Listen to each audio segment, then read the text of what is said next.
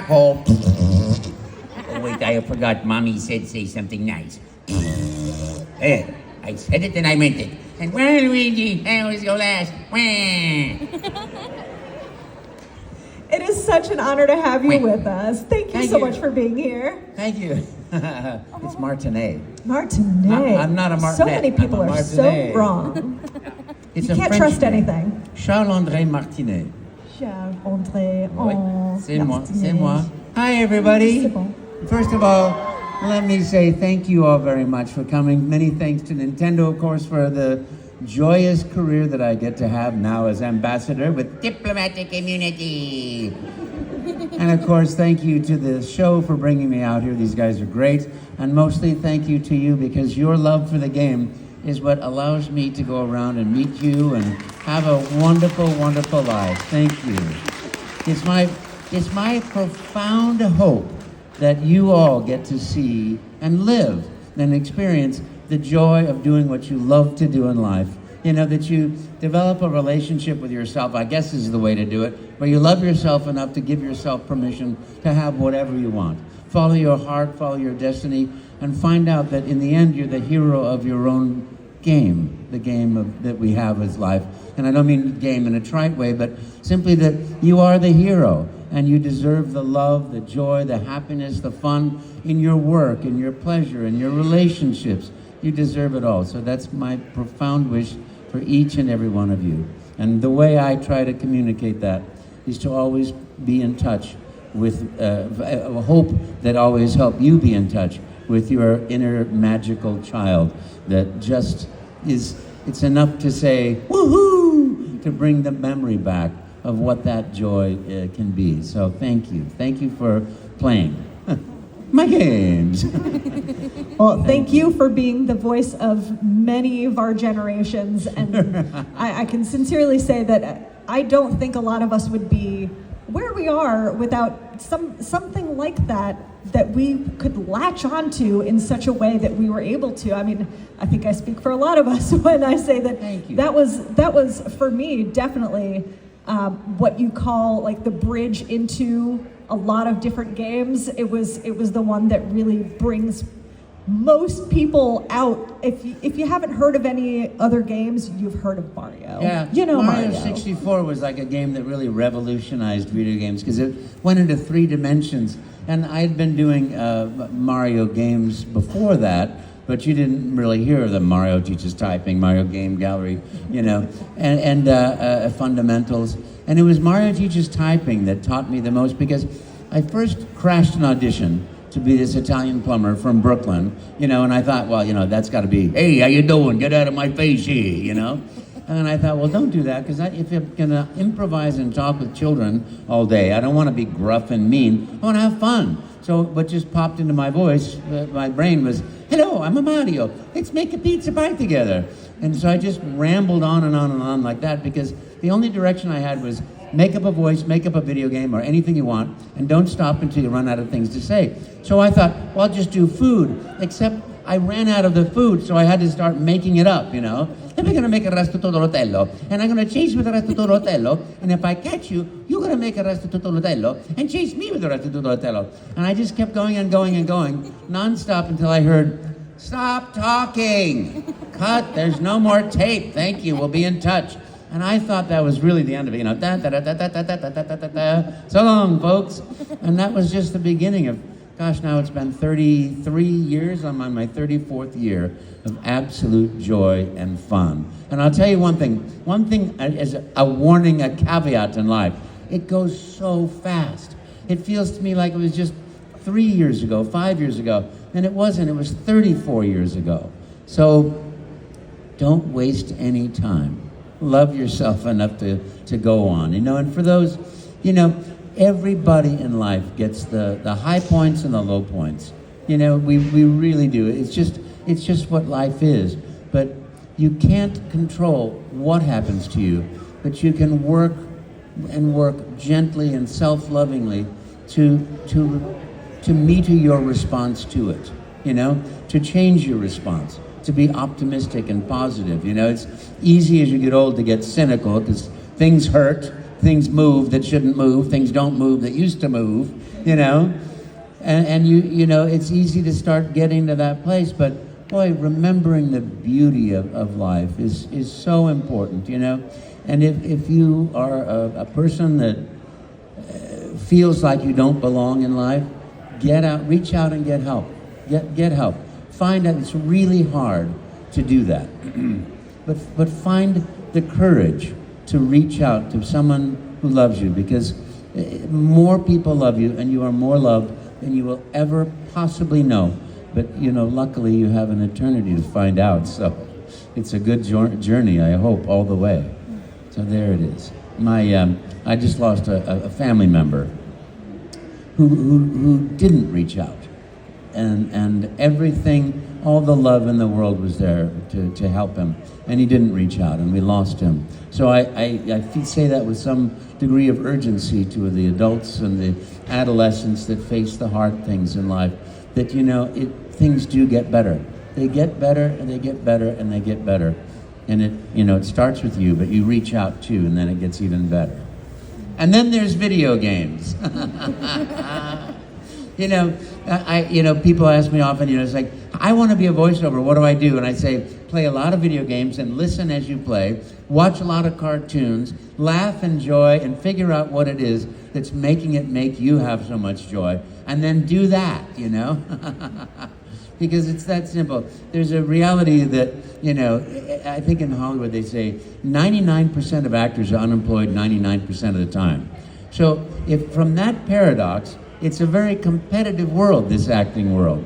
But from the other paradox, that the great gift of acting is you get to play and be yourself. So it's like, you know, hey, come on down and, you know, play in our sandbox. We got some toys here called a script, you know, and a drawing for you to look at, you know, to make the script come to life, just like a little crane and a toy in the sandbox. And you go and you do that. And that's what you do. And if that's the end in itself, and this is the same thing in life, when that's the end in itself, then you have a chance to get the job. But if you're trying to do it right, it's like falling in love. When you're desperately wanting to fall in love, and I'll bring flowers, I'll take to dinner. Those are the trappings of success, the trappings of love. The real love is something very different. And it's the same thing with a character. You just become that character because you're having so much fun, and you relish in bringing what you have to the party. For me, it's like, I could do like, hey, get out of I'm working here, don't bother me. Or I can go, I'm working here, mamma mia, come and join me. It's the answer yes, and the answer play. And so that playfulness and joy, which is something we all should be in touch with all the time, is what works. And I have to say, a friend of mine, a client that I worked for many times at the Learning Company, went over to Disney. And he called up my agent and said, Charles does that. Have him audition for Goofy for me, because I know he can do a great Goofy. Because they're looking for sort of like a backup Goofy. And I did my Goofy, and I did this script as Goofy.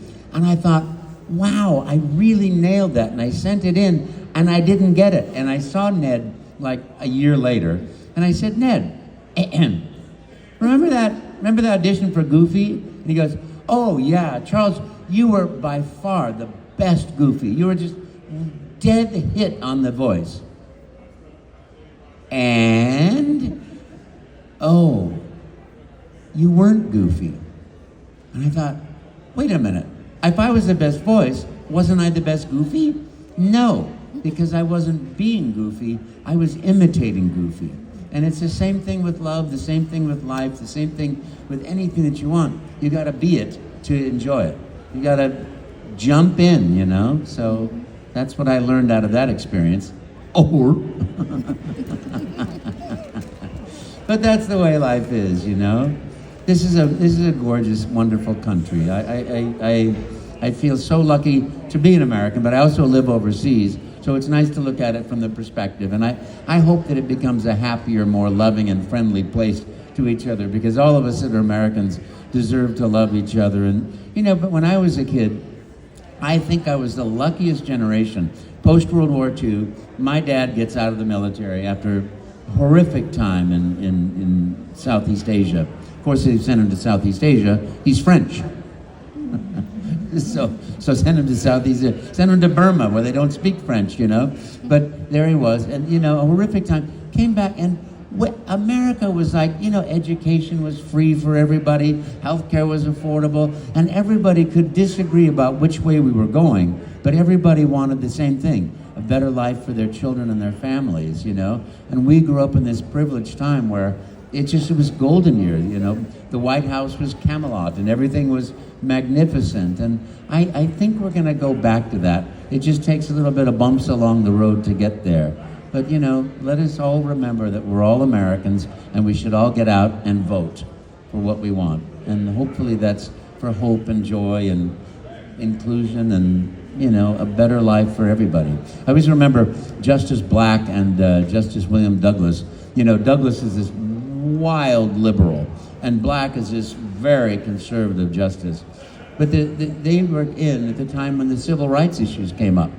And it's like they both agreed on equality based on the Constitution, but they completely disagreed on how it got there.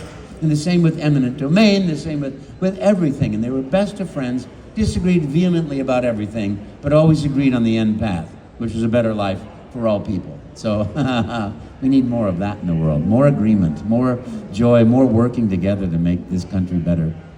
Sorry, I didn't mean to get political.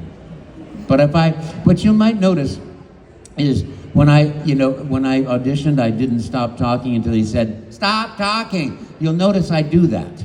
I really don't stop. I'm a wind-up toy, and I never stop. I just never stop. And I'm also a golden retriever because, sometimes it just makes me happy to look at an apple tree and go, it's unbelievable that apples are going to come here in 4 months from now. And now even less time, 4 months and minus 10 seconds, So that's my credo. People want to ask me questions? That was my next question. Ah. I am going to come to y'all, folks. Oh, really? Here I That's come. so nice of you. Wow, thank you.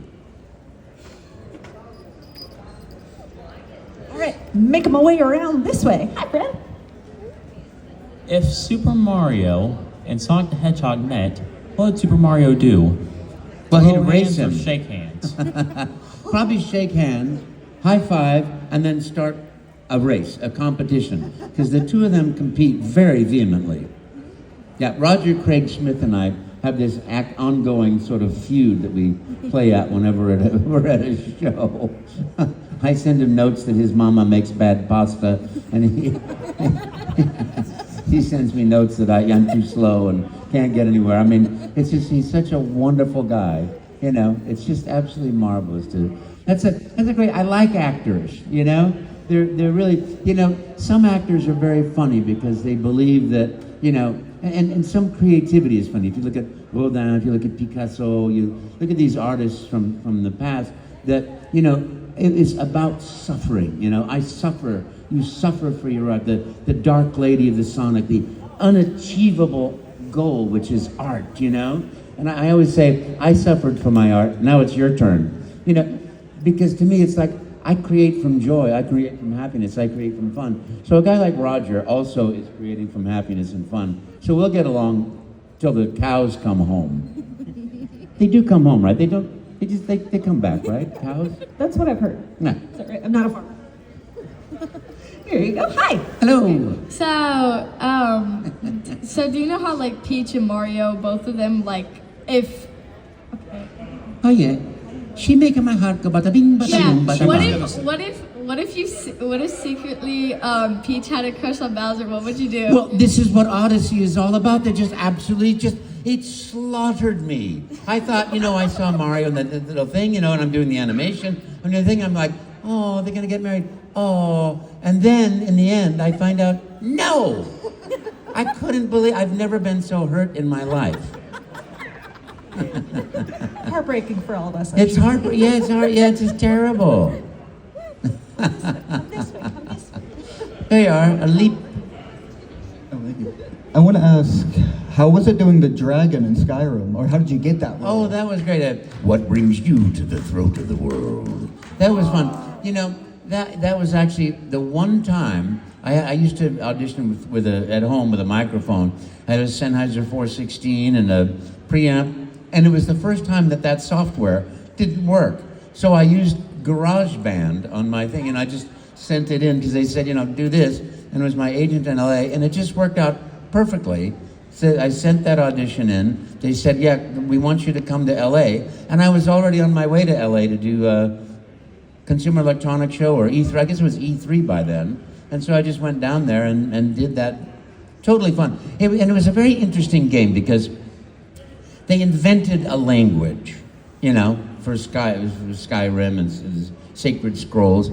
They invented dragon speech. And unlike usual, where you're looking at you have a script and you can write yourself notes. I can write phonetics out because I went to drama school and that's the stuff you learn. So there was no way to do it because it was all on a monitor. So there was no way to make notes. So you can't sort of like, oh, I'll remember when I get here. So you'd be reading, it's like, and then go down to the Grythingamographer. And it is, oh, hang on. I think, hold on. I think it's a Grythingamography. Oh, then go down to the Grythingamography. No, hang on a second. We're going to call the writers. Is it a Grythingamographer or a Grythingamography? Oh, it's a Grythingamography, So now you have three things in your mind as you see this script and it goes, and then go down to the Grythingamography. Oh. So that was the big challenge there, is learning dragon speech. Thank you. That was a great fun question. Popcorn around this direction, Luigi, right here. Okay. Number one. Oh, number one. So when you first came up with Luigi's voice in Mario Tennis for the Nintendo 64, how did that voice come about? Was it? Well, I actually came up with it before then. I was doing a tour of Walmarts, and Walmarts that were opening in Arkansas and Montana, all over the place. And we were out in the tent in the parking lot, and these children would walk up. It's a real-time animation system, so I was the little floating head, like in Mario Teaches Typing and in Mario 64 at the beginning, and I would see people and say, "Hello there, how are you today?" Oh, look, you got a nice red hat on, just like Mario. And children would say, "Hey, Mario, can I please speak with Luigi?" And we didn't have a Luigi because there was like $1 million worth of software that I was working on. And I said, "Oh, well, hang on a second. I'll see if he's busy, but I think he's in the kitchen making spaghetti meatballs. And besides, he's pretty shy." And I would turn the head this way, and I'd say, "Hey, Luigi!" And everything was connected to my face, so I couldn't move my mouth. So I'd say, "Yeah, what do you want?" "Oh, my friend wants you to come out and say hello. Or tell him I'm in the kitchen making spaghetti meatballs. Besides, I'm too shy."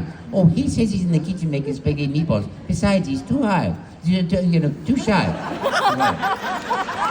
Wrong spaghetti meatballs. That was the wrong meatball.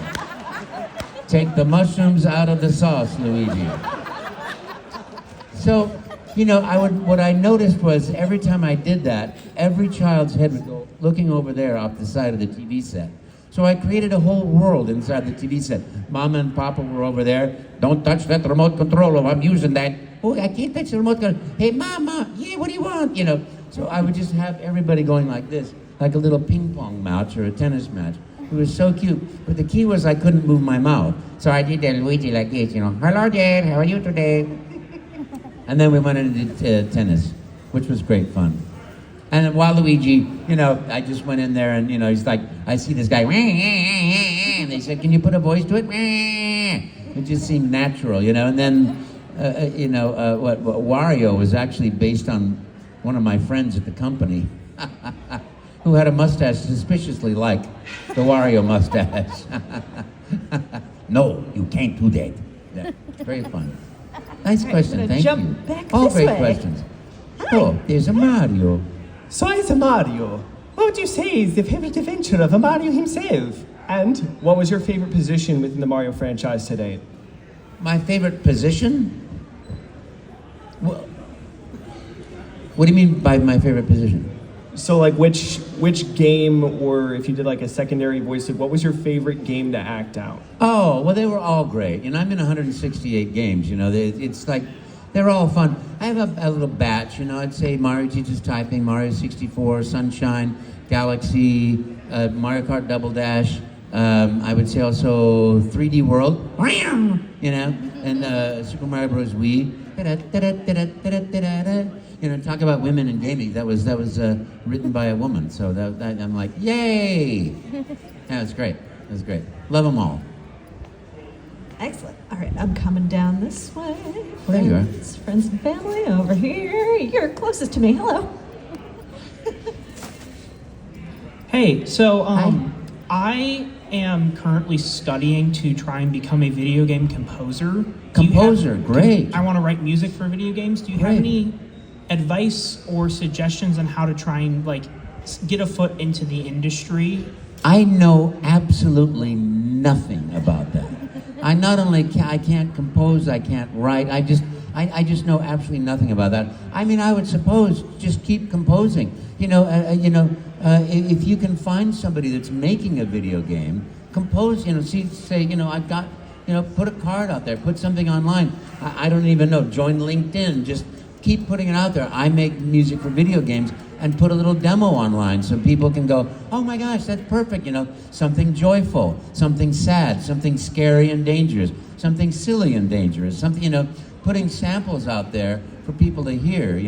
It's like the age-old thing with a voice actor. You can't get a voice job unless you've already had voice jobs, because you can't get an agent unless you've had voice jobs, but you can't get an agent without, showing a demo reel. So create that demo reel and put it out there. Just keep playing and playing and playing and playing and playing, composing, and I'm sure you have that software to create these amazing sounds, and do movie trailers too, because it's a different sort of thing. There are video games that have that sort of movie trailer thing, and just do it.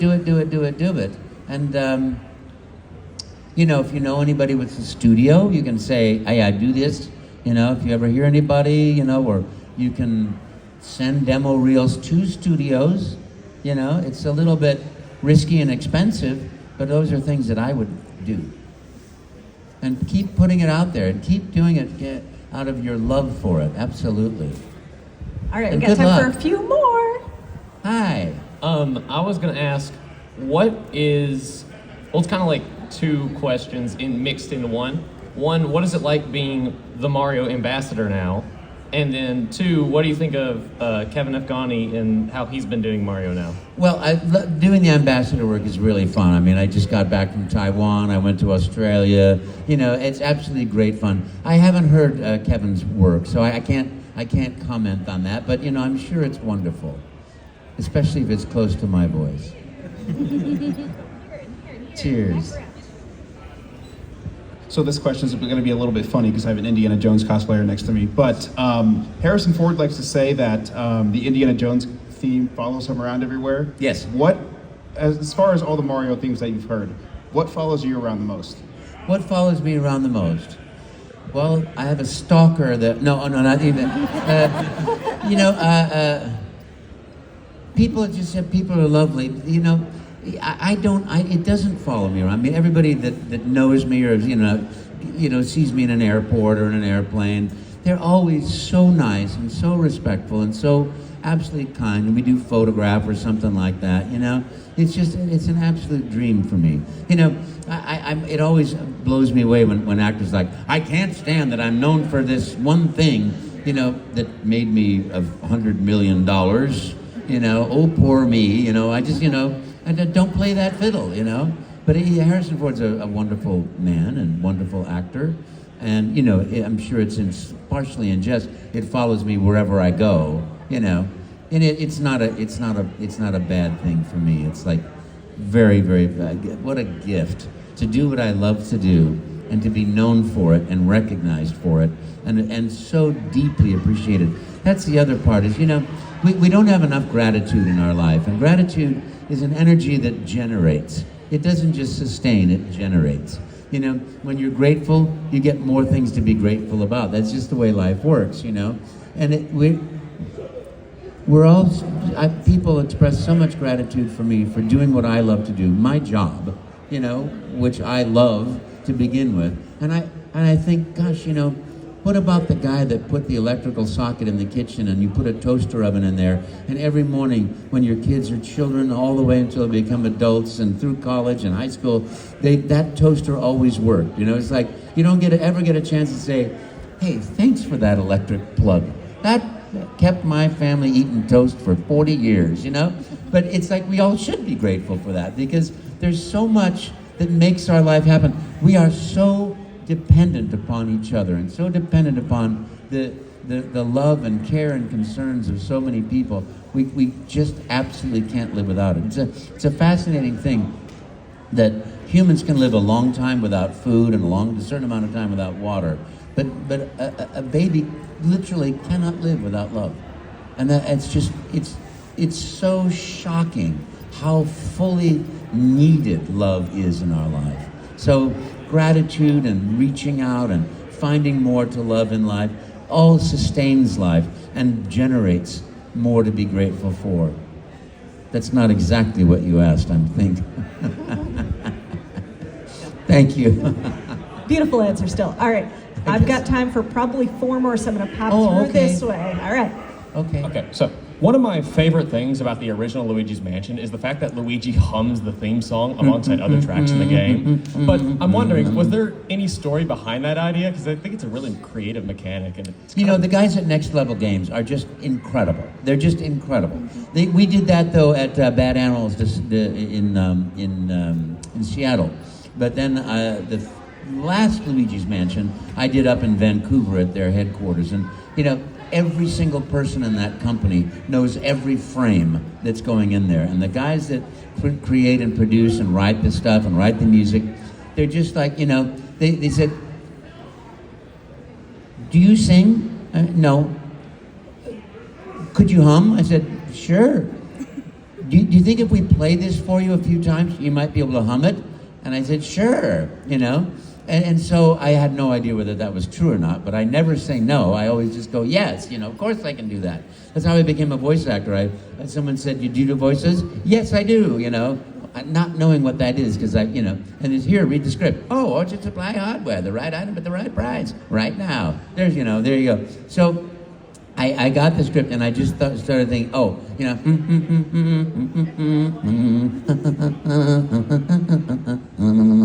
boom, boom, boom, boom, boom, and putting the emotion into the hum that he's absolutely terrified. And that I was so glad that worked, because it was so silly and so fun. But yeah, I love Luigi. He's very funny. And then back around to the front. Who's next? Hi. So I had read that when they were doing Mario 64, they had used the same voice clip to do Bowser and Boo, and that I had read that it was your voice clip that you recorded. Were you aware that, at the time that you were voicing not just Mario? I think I did do Boo. I don't remember doing Bowser. I don't, that was 30 years ago. No, how many years ago? 29 years ago. Oh, well, that's just yesterday. I don't have a clue. I do know that it was my intention from the get-go to give them at least 1 million sound files, so that if I died all of a sudden, they could keep making Mario games for 1,000 years and never use the same clip twice. I have these weird fantasies. I think it's anxiety prone or something like that. I am also, by the way, a high anxiety person, and it's hard to believe, but I'm also an extremely shy person. When I was a teenager, when I was 20, I could literally disappear in a room with 3 people in it. But you work on things. The first time I got up to do a monologue, I was shaking literally my leg was going like this. And I heard this voice, put your weight on your leg. And I put it over there, and then the other one is going like that. And put your weight evenly between the two. And then they're both shaking like this. And I'm convinced that they're hearing, I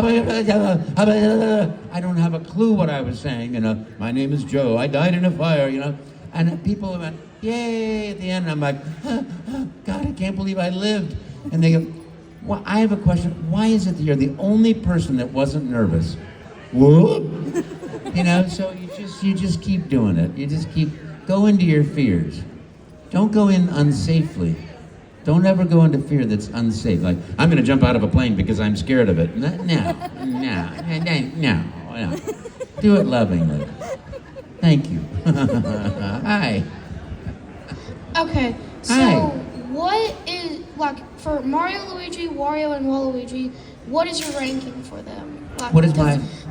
your favorite to, least My favorite. Well, Mario is a character. I intentionally made Mario, personality-wise, to be everything that I respect in another human being. Loving, honest, truthful, extremely loyal, always trustworthy. All those characters of what I feel a man should be. Reliable, holding the space and protecting, rescuing when it's needed, Luigi is more like who I am. Terrified of everything, I have high anxiety, I get nervous, I'm like, oh my goodness, I've got this going on, that going on, what am I gonna do, Mario, So I am much more him, but I also really love that Luigi is always ridiculous and always very silly, because that's also me. My brother was the firstborn, and he's a lot more courageous. He'll just walk straight through a glass door and, shatter it, because he wants to go outside, and I'm in the back going, we didn't ask permission if we could go outside. We can't go outside. I'm sure we can't go outside, I am more Luigi. I'm also taller than my brother, and I run faster out of necessity. Thank you, that's a great question. Mario time. What is your favorite non-Mario character that you've done? That's a lovely question. I love every voice that I ever got to do. It's always, every time, it really is literally come into a sandbox and make something, make up a new crane, put these Legos together to make a new crane. So for me, it's always fun, I love every one of those voices. And I did a lot of video games and anime way back when it was all over the nation, I can't even remember. This one character, Homunculus, was absolutely like this, with no characteristics whatsoever, no sexuality, and doing that, and then the next one was like, whoa, look at that, what do we have here, and just loving going to the extremes of silliness and fun, And I started, once I got Mario, I started realizing, okay, no more games that have, no more jobs that are obscene or for 17-year-olds or older, because I want it to be absolutely safe. Everything that I do, live the image, because out of respect for the company, it was important to me to always maintain that safety and, the characteristics I've put in Mario, I started to demand of myself. And I'm not really good at it yet, but I'm working at it. More kind, more loving, more genuine. Thank you. Thank you. All right, we've got time for one more. One more question. Yay. Papa. All right. Thank you. First of all, this great inspirational speech that you gave. That's awesome. So something on my mind was there ever a line in the studio that maybe made it into a Mario game that just you really remember that just took forever? Like you're really trying to either nail it, or the studio was like, no, take 5, take 6, or just something that, you were trying to make absolutely perfect that maybe made it into a Mario game. That's such a lovely question. Thank you. No.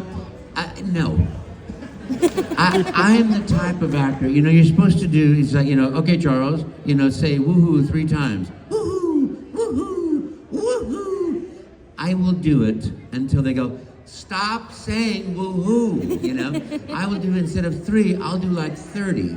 And then they'll listen to them, and I'll sit there going, I'll look at the script and go, well, why not wahoo? Why not wee-hee? Why not yippee? So then the next time I go, I said, can I do it again? Sure. Yippee, whoppee, wahoo, wah wah wah wah. I will keep doing it until I go, I really think we got that. We're gonna move on, and then inevitably I'll go, can I go back to that woohoo? Because I have another idea. Because I love it, And the way I act too, you never have to pull anything out of me. I always go to the ultimate extreme, and then start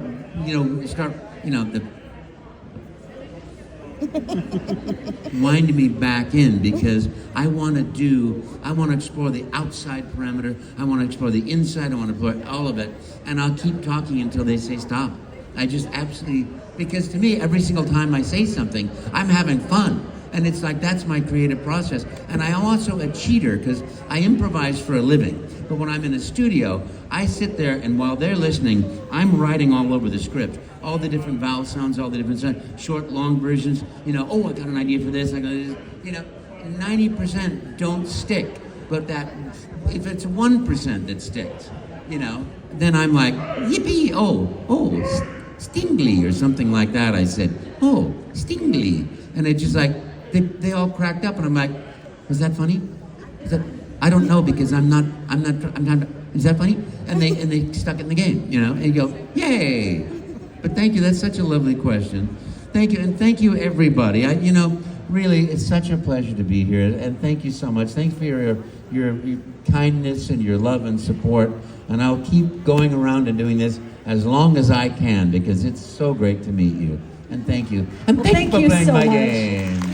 Thank you. Thank you for everything that you've given us, especially today, that wonderful, beautiful, inspirational messages for us.